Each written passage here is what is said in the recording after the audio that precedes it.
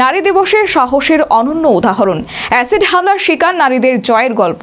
লখনৌয়ের সিরোজ ক্যাফেতে আত্মমর্যাদার নতুন আলো, ভুক্তভোগী নয়, নিজেদের জীবনের জয়। আন্তর্জাতিক নারী দিবসে লখনৌয়ের সিরোজ ক্যাফে থেকে উঠে এলো অনুপ্রেরণার এক কঠিন গল্প।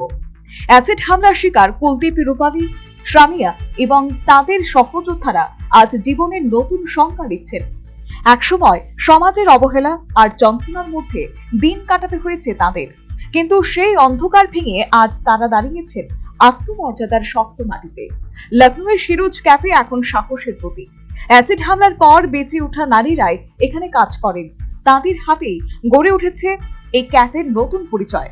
কুলদীপ, রূপালী বলেন, যারা আমার শরীর পুড়িয়েছিল তারা আমার মন ভাঙতে পারেনি। আজ পিআইবি আগরতলা সংবাদ মাধ্যম প্রতিনিধি দল তাদের সঙ্গে সাক্ষাৎ করেন।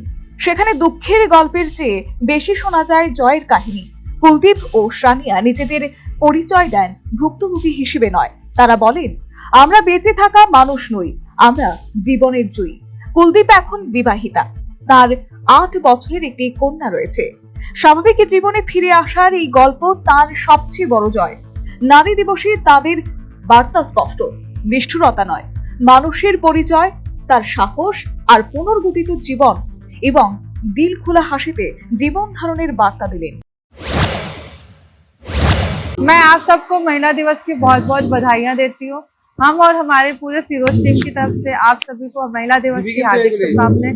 हंसते रहिए, मुस्कुराते रहिए और हमेशा खुल के जिंदगी को जिए। अगर आप खुद से प्यार करेंगे तो आप जिंदगी से भी प्यार करेंगे। हैप्पी महिला दिवस।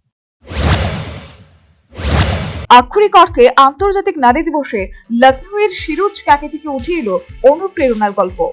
নারী দিবসের সাহসের অনন্য উদাহরণ, যা শেখায় যে কোনো প্রতিবন্ধকতায় হতাশা আর ভেঙে পড়া নয়, ঘুরে দাঁড়ানোর গল্পই জীবন। Bureau report, news vanguard.